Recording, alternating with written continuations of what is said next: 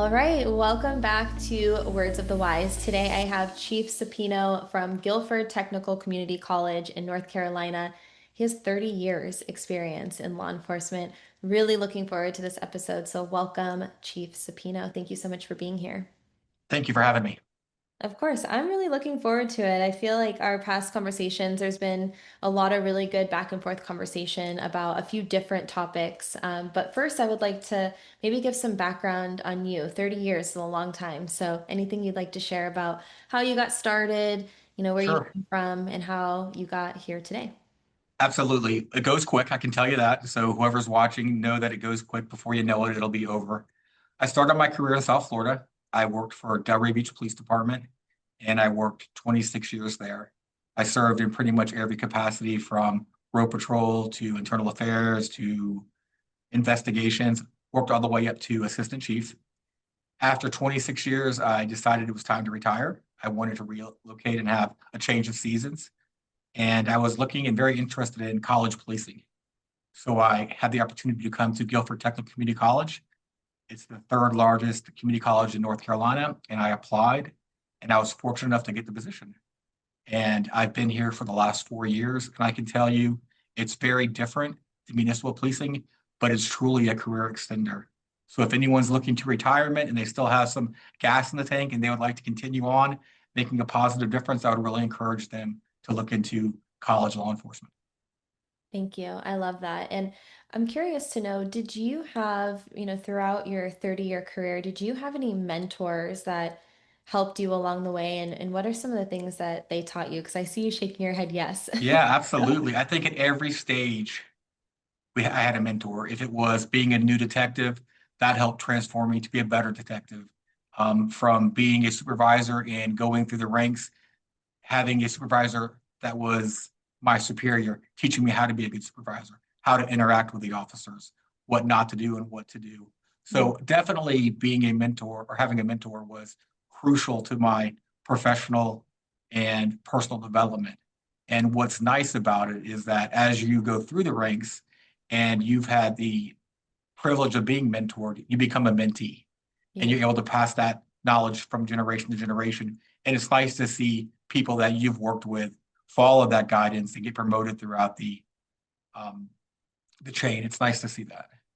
Unfortunately, I don't think much of the guidance was on wellness.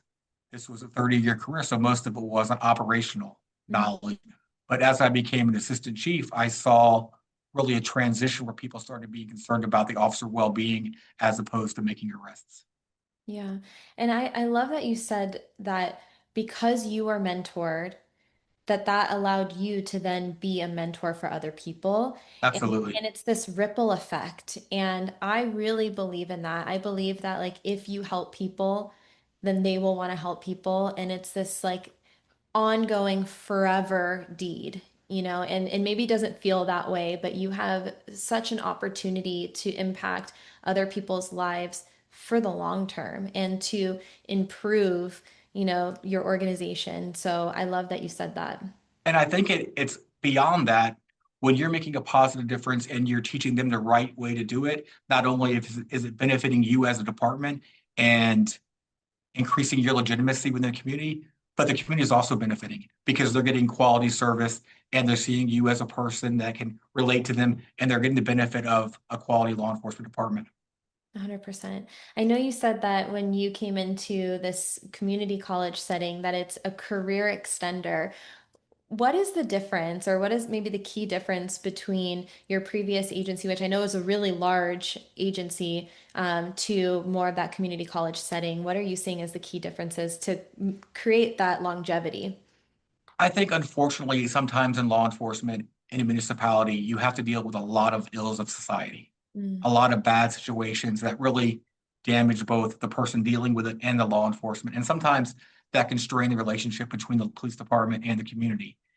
When you go to a college setting, first of all, a college setting is it's a great atmosphere, it's great energy, and you're able to interact with people that want to be there and they appreciate what you're doing. Not saying that municipalities don't have that, but you also have a lot of negativity from people who don't want you there. mm, So being able to be more proactive than reactive is a huge plus. I'm able to go around, interact with students, interact with faculty, staff, think of ways to make the college safer. So I'm dealing with more proactive work than responding to calls for service where you're being beat down every day because of the volume of calls. Yeah. So it's nice to see the kids appreciate you and faculty staff appreciate what you do. I think that it's just such a testament to how much community support or lack of support impacts mental wellness. It does. It makes a We huge difference. I mean, we've seen even just the last few years, I've had a lot of conversations. I'd love your insight on this, but I've had a lot of conversations where chiefs are saying it's harder now to be in law enforcement than it ever has been because of that lack of community support and that distrust and, things that are happening outside of the walls of the organization. That's absolutely true. And I don't think it's the majority of the community. I Mm, think it's a vocal minority. Unfortunately, I think that gets a lot of attention in the media and it simply compounds it. And yeah. it makes it hard. You worry about going out with your family and being recognized as a police officer. It shouldn't be that way. And when you're on campus, a college campus like that, at least where I am, you feel appreciated, you feel respected. It's a good relationship and it makes you feel good about what you're doing. But when you're being beat down every day, it's hard to come to work. It's really hard to get up and muster the energy to go out and be positive. Yeah. So I would agree with you on that. Yeah, I can see that. And I think you're right. I mean, always negativity is louder, but when you do have someone that says, "Hey, good job. Thank you. I appreciate you." It just means so much, especially when you're used to the opposite all the It time. does. So, And it feels great. It feels yeah. great. And if anyone's listening, that maybe is in the public, I think most listeners are all in law enforcement anyway. But, just giving that shout out to people and saying thank you. And you can do that organizationally too. You can Absolutely. peers or as leadership, you can look, at your employees and you can say, hey, like, I appreciate you, like we appreciate each other. And that can be a way to get through the hard times because yeah, I can't imagine going out there and having that mentality all the time. I mean, there's been a point where police officers no longer want to take their police car home because they're afraid of parking in front of their house because they're being identified as a police officer. Yeah. And that's unfortunate. It shouldn't Yeah. be like that. Yeah, I agree. I know that when we talked, and you said this a little bit before, that wellness wasn't really maybe a thing as you were rising the ranks, but then when you came into maybe the command staff level, that's when you really started to understand wellness. What did that look like for you? Was there like a defining moment that you were There like, was. oh, whoa, okay, I'd love to hear that. So I was a college athlete. I ran cross country and track. So I never worried about being physically fit. I always was. And as you become a police officer, obviously you attend the police academy and you're required to do physical fitness. Hmm. Every day you're doing DTs, PTs, you're passing tests. The moment you get out of the police academy, that vanishes. Most agencies now don't require you to have any type of physical fitness standard throughout your career. So people tend to resort back to their behaviors. If they didn't exercise in the past, they're surely not going to do it now. So we saw that developing and happening at our own agency, and nothing was being done. As a lieutenant, I had the opportunity to go to a 3-week school in Boston University on senior police management. And one of the sessions focused solely on officer wellness. Hmm. And this was before officer wellness was a big deal. And what we had to do was come up with a plan to improve the wellness of our officers. And what I liked about it, it wasn't just a physical fitness plan, it was a wellness plan. Because not a lot of people are into strenuous exercise. They don't want to do the Cooper test, they don't want to run a mile and a half. But if you get them moving, that's the key to success. And if you have them focusing on a life outside of law enforcement, that's the key to success. If you have them pursuing hobbies, that's the key to success. So anything to improve the overall well-being of the officer, that was our objective. Hmm. And one of our main projects was to come up with a wellness plan for our agency. And while doing that, I realized how deficient we were as an agency by not having anything in place. I think at that point, I realized, wow, this is something we're really behind and we need to get caught up on.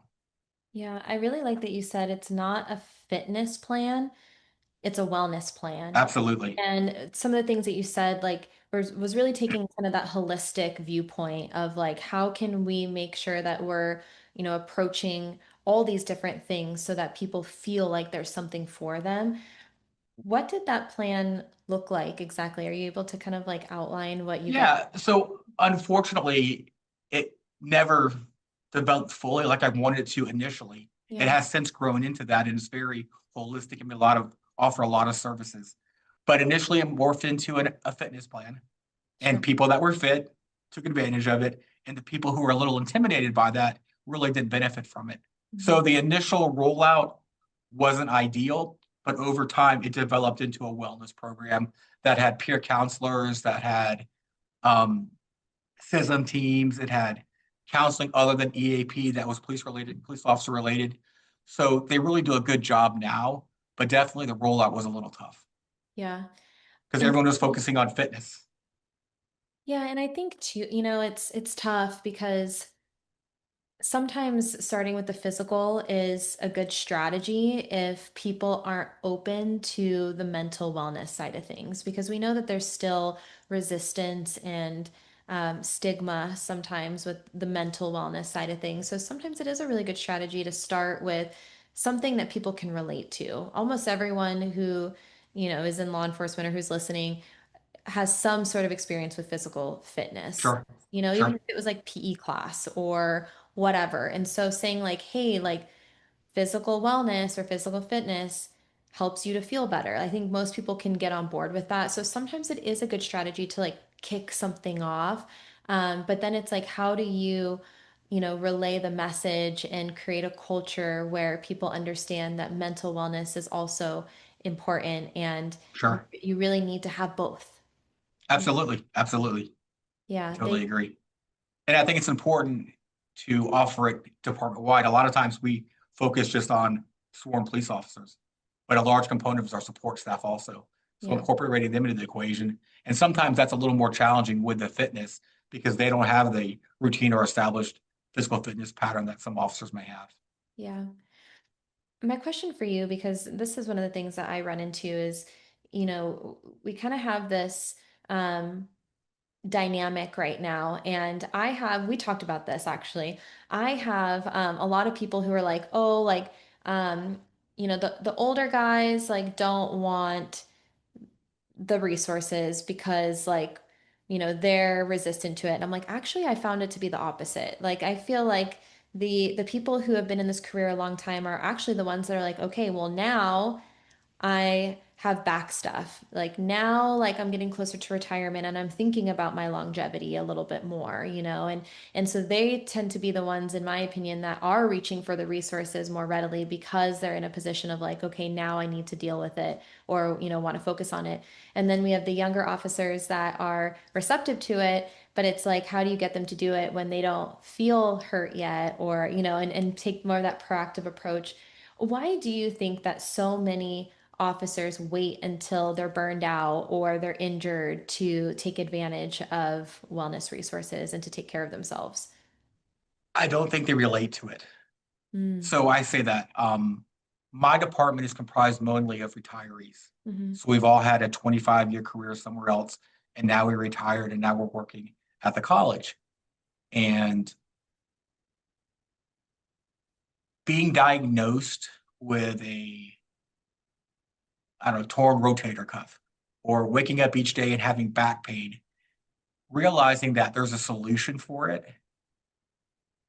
makes it relatable, makes me interested into it now. Knowing that you're coming to work and you don't feel good, you're depressed, you're sad, something's not right. Knowing now there's an option for you and it's encouraged, I Hmm. think allows the officers that are more advanced in their career to seek out guidance. When you're younger, I think you're more immune to that. You're not waking up with a back pain, your leg's not hurting. So until it relates to you personally, I think you have a hard time pursuing it. Yeah.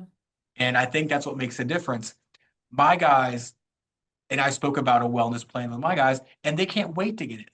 They want the resources. They want to see how they can feel better each day and how they can improve their life, both mentally and physically, so they can enjoy the next 30 years. You put in 30 years, now I want to get 30 years out of it, you know? So I think that's what people are striving for. But initially, you're more worried about being strong and having muscles, and you're not really concerned about the mental wellness because I think they view it as being vulnerable, and Yeah. maybe that's not such acceptable at a younger age. When the older you get, the wiser you get, you realize we are vulnerable. Do you think that there's just a level of like feeling like they'd have to prove themselves, and Absolutely. for like that toughness? I just thought of it Absolutely. because when I was younger, I felt that way where I had to prove everything to everyone, and now Yeah. I don't care. Like And as that you get comes, older, you kind of have that surrender of like, okay, yeah, I'm done trying to prove myself to everybody. it's maturity. It's maturity. You Mhm. know, as a police officer, especially a young police officer, unfortunately, we see a lot of uses of force because we draw a line in the sand. This line is the sand. I'm not going to back up from it. I'm not going to move. You're going to force me to do something. The older you get, the wiser you get. Realize that sand, that line is erasable. You can negotiate. You can move backwards. Nothing's set in stone. And I think that comes with wisdom. Yeah, I agree. I agree. I mean, I think I've noticed that in my life that, there starts to be a little bit of wiggle room with things or like less pressure to perform. Absolutely. Um, I'm just wondering how do we then promote proactive wellness? Like if they don't relate to it, like what is it? Is it the older generation, setting that path and like creating that culture? Is it like what can we do to get in? I really think that it's back to mentoring. You Mm, know, the more that it's implemented, the more that it's seen, the more accepted that it is. yeah. And you see your peers doing it, and you like realize, hey, he's like me. Maybe I could benefit from this. And I think it's through mentorship and actually it being done, not giving just lip service, but being utilized effectively. Mm, I think that's how it's done. I don't think just a chief sitting up front and saying, "Hey, this is what we need to do," is the answer. I mean, they say it's all comes top down, but I really don't believe that always. Sometimes you see your peers doing something and it's more relatable, and that's what kind of gets you in gear to yeah. go for the resources.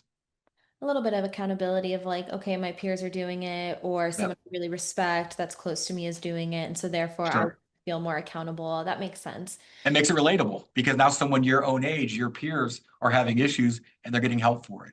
Yeah. So I think it makes it relatable to you. I want to circle back to the statement lip service. Okay, I would love to hear your perspective on this because I have my own perspectives on this too. sure. But what are you seeing in the wellness space that is maybe a little bit of that lip service, maybe more talk than action? I think that a lot of command staff, senior command staff, are my age. They went through a period of time where that wasn't in vogue to get help, to get counseling, to go to EAP or whatever is offered. But we know that the research and the metrics are there saying it's important, and we know it's good for our troops to do it. Mhm. So we push it out, but we really don't believe in it. Mm. It's the soft side of police work that is often unspoken and maybe not necessary, we feel, when in reality the metrics show that it is. Do you think that everyone under you recognizes that? If you are a leader who pushes something out and doesn't believe in it, do you think that everyone knows that? Absolutely. Mm. They're smart people. They've been police officers for 30 years. Yeah. They know when you're selling something or when you're pushing an agenda. Yeah. Well, I and mean, if you talk about fitness and then you're going to McDonald's every day for lunch and you're going and you're drinking beer with them on the weekends, it's kind of hard to say you're into fitness. yeah. No, I agree. And we talked about this a little bit, but I really believe in practice what you preach, and there was a moment in time where I was so busy with everything that I have going on that I wasn't getting to the gym and I wasn't doing the things that like I used to do for my own wellness. And I had like an aha where I was like, I cannot sit here on this platform and tell people, hey, I know that your shift schedules are really hard. I know that you're balancing life and work and all these different hats, but you can still make time for it and Sure. you should do it. And then I'm not doing it. Like to me, that's not how I want to operate. And so I made the executive decision. I was like, all right, well, no, I don't have time in my schedule during the day. So when do I have time? I have time at 5 o'clock in the morning. So now I get up. at 4:30 in the morning. I set my alarm for 4 and then I get up at 4:30. 4:30, Yeah, snooze a like few times. don't judge me on the snooze. I know it's really bad. Sure, sure. But I get up early and I do it, and it's not convenient and it's not fun when that goes off, but I do it, and it's because I want people to know that I'm willing to put in the work that I'm suggesting for them. Sure. And I don't think that that's fair for me on this platform to sit here all day long and talk about the importance of it if I'm not willing to do it myself. And so um, it's not a judgment on anybody else, but that's just the way that I personally like to operate. And I agree. And think about it as a chief. How do I push it out? Am I sending it out to email and that's all the attention it's getting? Am I going to briefings and talking about it? Mm, Am I out there doing the physical exercise with my team? Or is it simply coming from one of my subordinates? Hey, push this out, go talk about it. yeah, So they can read your level of interest or your level of passion for something quite easily. yeah, yeah, and I think too, like, yeah, I think that's a good place to stop with that. I agree with you. I think that and here's the thing, like some of the most important things take a lot of effort. I do. And effort's really hard, and I totally get it. Like I get, and you even asked me beforehand, you were like, "Do you have a good work-life balance?" And I'm like, I'm working on it, Sure. and there's never this expectation of perfection, but I do think that sometimes there has to be that extra level of effort in all aspects, to find that work-life balance, to find that time for wellness, to make sure that, as a leader, you're, relaying the message where people understand that you care. And I think you said something well there. You said you're not perfect. And Mm, I think sometimes, even as younger police officers, we put this pressure on ourselves to be perfect. Or even as humans, when we start a wellness plan or a fitness plan or a nutritional plan, we expect perfection. mm, And you got to give yourself some grace because you're not going to be perfect every meal. You're not going to hit every workout that you want. And by giving yourself grace, I think it's easier to make progress. yeah. Because when you start to feel failure, you're going to want to quit. But knowing that you're not perfect and no one expects you to be perfect by providing that grace is a big aha moment that I can continue with the program. I 100% agree with that. And I had a mentor one time tell me that sometimes you have to treat yourself in the same way that you would treat other people because Sure. we're always so hard on ourselves. And I've been in moments where like I've had that negative self-talk of like, oh, I suck, I'm a failure, XYZ, XYZ. And then it's like to flip it around, would I treat someone, close to me in that same way? If they missed one workout, like would I go up to someone else and be like, you suck, you're a failure? Right. Exactly. There, Exactly. you wouldn't, right? And so trying to treat yourself with that same kindness and grace, like you said, that you would treat someone that you love or a peer or someone you care about, because I do think we're a lot harder on ourselves than we would be on other people. And I think through mental wellness, you learn to silence that voice. Not silence it totally, but at least put it in perspective. Yep. And that's one of the battles of being mentally well is learning that voice's place. Mm-hmm. And a lot of times we take that voice as the truth, and it's usually not. Mm-hmm. Yeah. The inner roommate. Have you heard of that? I haven't. Living rent free in your mind, I've heard that. But the Yeah. inner roommate's good. Yeah. Um, I agree. And there's one thing that I teach a lot, as like a helpful tool for that, because the mind is always going to want to go in its own direction, right? Absolutely. The mind wants to either ruminate on things that happened in the past, or it's stressing out and having anxiety about things that haven't happened yet. It's making Grieving the future. exactly. I like that. And so a technique that, or like a um, set of steps that I like to teach is step one is regulate your breath.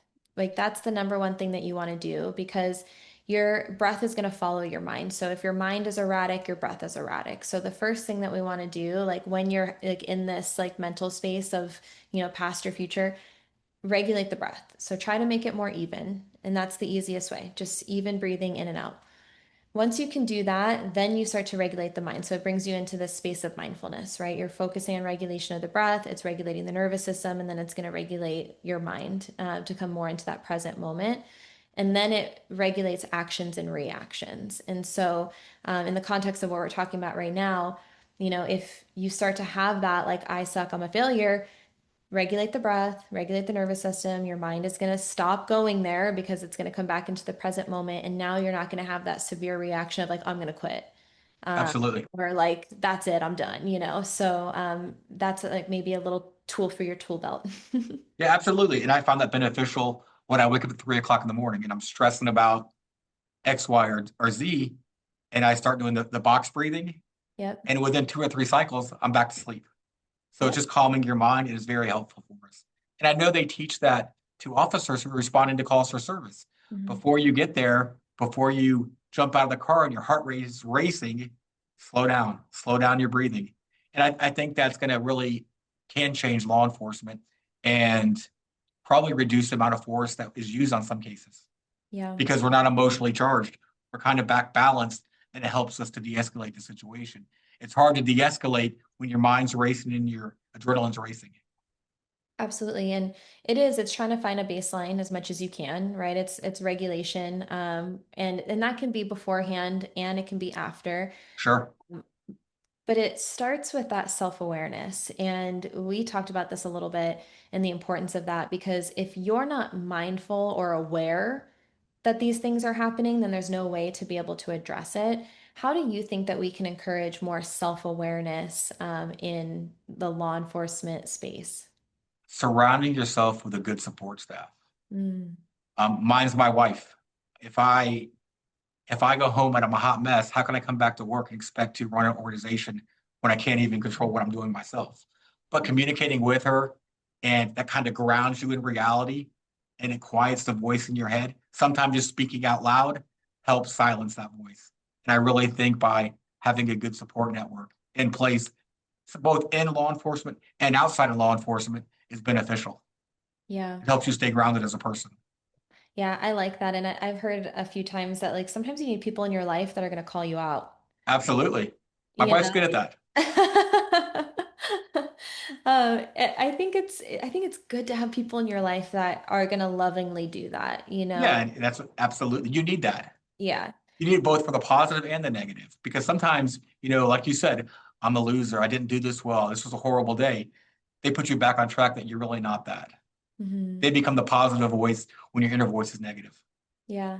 I've never heard it put that way, and I really like that because it's true. You need to have people who are going to lift you up when you're down and they're Yep, going to catch you when you fall. Um, absolutely. and for young officers, maybe you don't have a significant other yet, but maybe you have friends that you can lean on or other family members that can be that for you. Maybe you can find a mentor or a peer that's going to be there for you. But I do think you need both. I think you need people in your circle who want you to win, and Absolutely. I think it goes back to what we said before, like if your environment in the community is not that, if it's negative and unsupportive and you feel like maybe everyone around you doesn't want you to win, then behind the scenes, like you need to make the effort to make sure that there's people in your circle that got you. And I think you have to have a diverse circle. Unfortunately, as law enforcement, we all gravitate towards law enforcement. And if you're experiencing the same thing I'm experiencing and it's negativity, and all we're talking about is how bad this job is, how bad society is, we're not going to feel good. We Right. need someone to put us in check and say, listen, society has a lot to good offer also. So you got to branch out and have more than just now. I say that, and probably 95% of my friends are police officers. Yeah. So, like you said, do we walk the walk? We try to. We try to do the best that we can do. I think a lot of things are easier said than done. And I think it goes back to that whole idea of like humans and perfection is an illusion. You're never going Sure. to be perfect. You're always going to be a work in progress.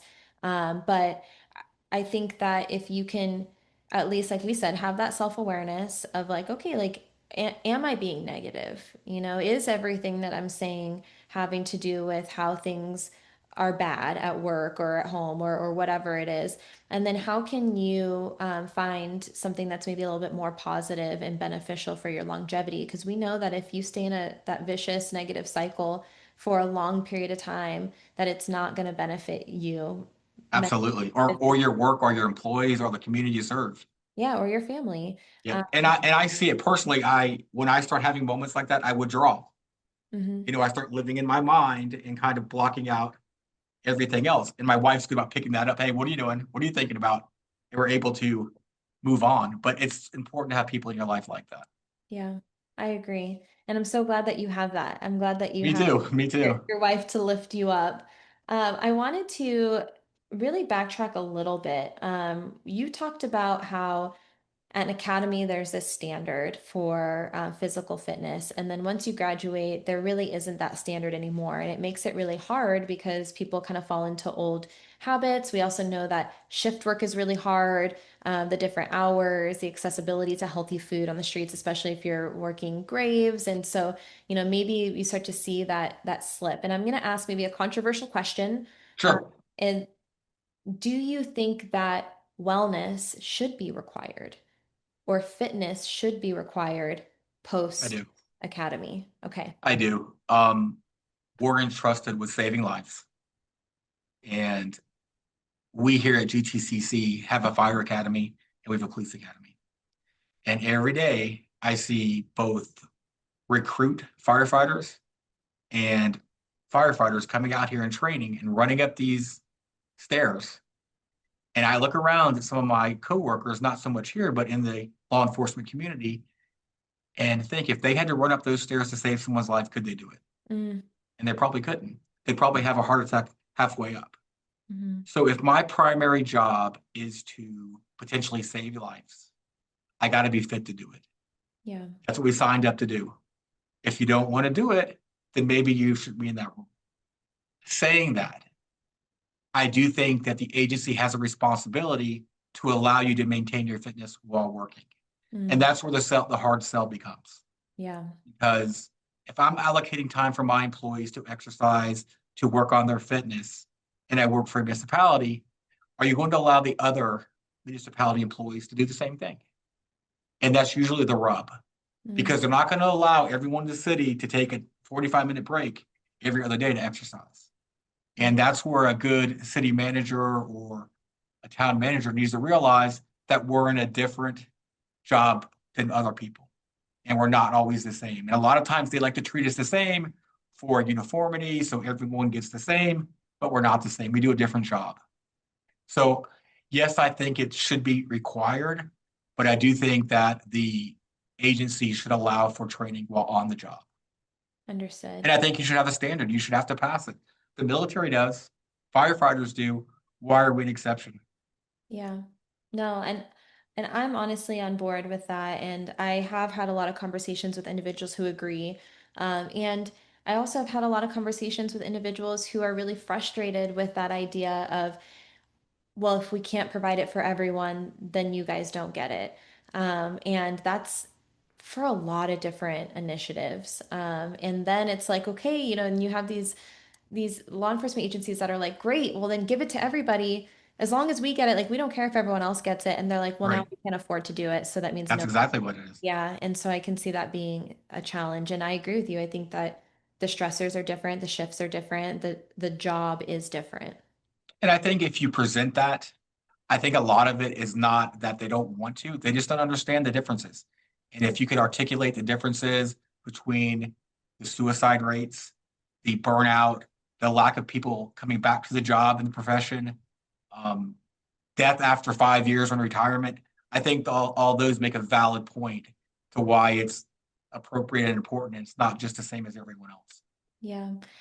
We talked about how wellness is not just a fitness program, and we talked about requirements and training. And I had this conversation recently, and I haven't asked you this yet, but I'm wondering because we have training to keep you safe, right? You want to be current, you want to, be up to speed with firearms and defensive tactics and all these things. Do you think that there's ever a world where wellness would be treated as training, as safety training, something that is incorporated as a way to keep you guys safe. Yes, I do. How far away is it? I don't know. Yeah. But if you require it, you normalize it. Hmm. And someone who may be reluctant to do it, maybe the beneficiary is something they would never pursue. And Yeah. if that means that they're going to live longer, be happier, affect people in a positive manner, I think it's well worth it. But Yeah. what does it look like? I don't know. Yeah. Um, and I think it has to be something that you require because a lot of people aren't going to normalize it. Yeah. It's going to be something that I don't need that. I'm not like that. But if everyone's doing it, I Yeah. think all could benefit from it. And not just law enforcement, but the community that we serve would benefit from it also, and our spouses and our families. Yeah. Yeah. Because we see some pretty horrific things. And I think we bottle them up, bottle them up, bottle them up, never address them. And then we have to deal with the luggages that we carry. Yeah, I've actually never heard it said like that, the luggages that we carry. I agree with you. I think that, I mean, we're starting to see it in other ways, right? We're starting to see this mandated annual check-in with a therapist, right? There are a lot of organizations who are saying, hey, every year we're requiring that you talk to a therapist or a counselor. You don't have to say anything, but we're going to require you to sit in there for an hour once a year. And so I think we're starting to see a little bit of that happening. And it is that idea of if everybody's doing it, then it's not stigmatized. They're Correct. pointing at each other, being like, well, that guy just walked into the therapist's office, and so XYZ, like they are broken or unfit for duty or whatever it is. And so I do agree. I think that we're going to start to see more of that happen as years go on. But I also agree that it might take time. It's a slow moving ship. Yeah. Well, think about it. We talk about fitness, and you have to pass certain criteria to be a police officer to graduate the academy. Another requirement for hiring is to what? Pass a psychological exam. Mhm. So we want to make sure you're mentally fit and physically fit to be a police officer. But after that, you don't see a psychiatrist or a psychologist again unless you request it or you're involved in a critical incident. And Right. then most agencies with a critical incident, you're still not required to, it's an option for you. Mhm. And I really think that needs to change also. If you're involved in a critical incident, you should be required to see a psychiatrist Yep. because you may not want to do it, but I really think it's going to benefit you and your family in the long run. Yeah. 100%. You said something about retirement. You Sure. said that you want to do 30 years in this career and you want to do another 30 years after this career. Yeah, max out your pension. I heard someone say suck the pension system dry Oh, one I was time. being more politically correct. Yeah. But that's the goal, right? Like you want to have the longest retirement ever. Yeah, But it's not just a long retirement. You want to have a long, successful retirement. You want to have a quality of life. retirement, exactly. Yep, that you can spend with your family and your kids, grandkids, like fish as many lakes as you want, like whatever it is Yeah, that you want to do. travel. Travel, yeah. How has your perspective started to shift as like you've progressed in your career and or maybe reaching closer to that retirement age? Sure. I think you see a light in the distance and you have all these plans of things that you want to do, and it really makes you focus on being able to do those things. I still have young children. I have a 9-year old and a 13-year-old. So every day they're out there doing baseball, they're doing gymnastics, and I want to be a part of that. Yeah. So if I'm not able to go or I'm unable to participate, I'm losing out, but so are they. And those are experiences that you'll never get back. Yeah. So I think it's important to look down the road and see how you can do well for yourself to benefit everybody. I think that you just put it in a really interesting perspective for me. Everyone I meet in law enforcement has this heart of service, right? Like you are the last person to take care of yourself because you want to help everybody else. Sure. But if the mentality is, Hmm. in order for me to be there and to give them the best version of myself, I have to take care of me. And so Absolutely. it's not about you, it's about them. And if you can maybe put it in that headspace of like, Sure. it's Sure. about them, then maybe you're more likely to take care of you. Yeah, absolutely. Because that's what you're focused on. That's why I'm working a second job for a second pension because I want to make sure they're taken care of. Yeah, So you're right. You're focusing on what's important to you. And sometimes the most important thing to us is not us, yeah, but it's our family. yeah. And that's what you have to look forward to. And that's why I so often, and I preach this so much, it's like, what is your why? Yeah, absolutely. You know, like Simon Sinek. what is your like wellness why? Like why is it important to you? And that's the motivation. And most people that I talk to say longevity in one way or another. Like it all kind of comes back to that longevity and it's for their family usually. It is. It And is. so if you can have that, if you can reconnect with that on a consistent basis, even if you're early in your career, and I understand because well, we have all been younger, but I remember being in my 20s and like being the age that I am now, I never like ever considered that. Like I was never like, oh yeah, I'll be in my 30s one day. Sure. That was never a thing that I thought. And so I understand that. Like I understand maybe not looking that far ahead if you're early in your career, but if you can say, well, I want to make sure that I'm here for my family as long as possible, then maybe the decisions you make early in your career are a little bit different than you would if you didn't have that deep connection of like trying to, you know, be better at the job, be better for your family. So if anyone's listening who's younger in their career, it's never too early to start. Because it goes by fast. It goes fast.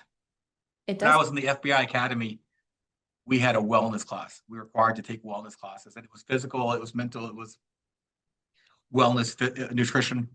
And the last slide of the last class, he put, after 30 years, this is you. And it shows a tombstone. Mm. This is your wife. And she's walking down the beach with some other man spending your pension. So you're Oh my like, gosh. that And hit home. You're like, whoa, what? you're like, not in my house. It's Not not my house. gonna But, happen. but Yeah, yeah, definitely something you want to focus on is your family. yeah, and it's all perspective, right? But I actually had I was doing pre-academy. There's a local agency that does pre-hires and then they'll do academy. So they're trying to like even hit before.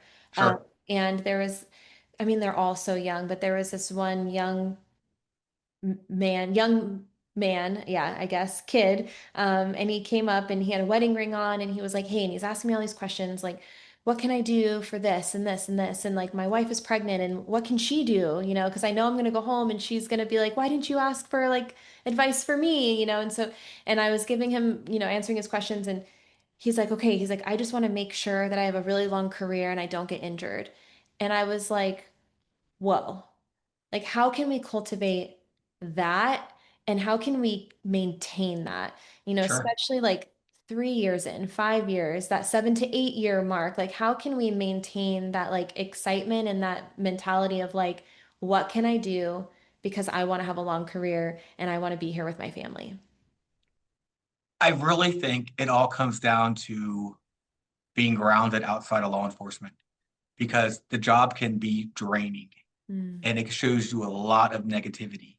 And if you continue to absorb that negativity with no outlet, it's hard to focus on the future when you're not happy in the present. mm, So you have to be able to rejuvenate or recharge your batteries. And if you don't, it's going to drain you to drain. And it's hard to be positive yeah, unless you can recharge, I like that. It's hard to focus on the future when you're not happy with the present. right? I'm going to steal that.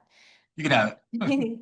My final question for you is what words of wisdom would you share with someone who's earlier in their career? You know, maybe something you wish you would have known or something that's helped you along the way. So I love my law enforcement profession. I did polygraphs for a long time, and I would see new applicants come in and so excited. They loved it. They couldn't wait to get sworn in. They would get their badge and they would run home and show their family proudest day of their life. You check in 3 years later, and they're bad mouthing the agency, they're bad mouthing the profession. I think in this profession, it's very easy to get jaded. We see people in society at the worst moments of their life often, and that really allows us to become cynical. Mm. And we have to do something to recharge our batteries. And I think surrounding yourself with people outside of law enforcement having hobbies, traveling, loving life is important. That allows us to keep our sense of humanity, Mm. and it allows us to see that there's still good in society. Despite all the negativity you saw, that's only one microscopic view of it. And I think having that work balance and a healthy balance at home is vital. Otherwise, you're going to be drained. And like you said, or we said, it's hard to be positive about the future and engage in wellness when you're miserable in the present. Yeah, So that's my words of advice because I know a 30-year career can really be detrimental if you don't take care of yourself. You can't take care of others if you don't take care of yourself. 100%. Thank you. Thank you. Thank you for your words of wisdom. Thank you for your time. I appreciate it so much. I want to give you the floor if I missed anything, but that's all I have for you. No, I think you covered it all. I appreciate it. Of course. Yeah, we'll stay in touch. Sounds good. All right.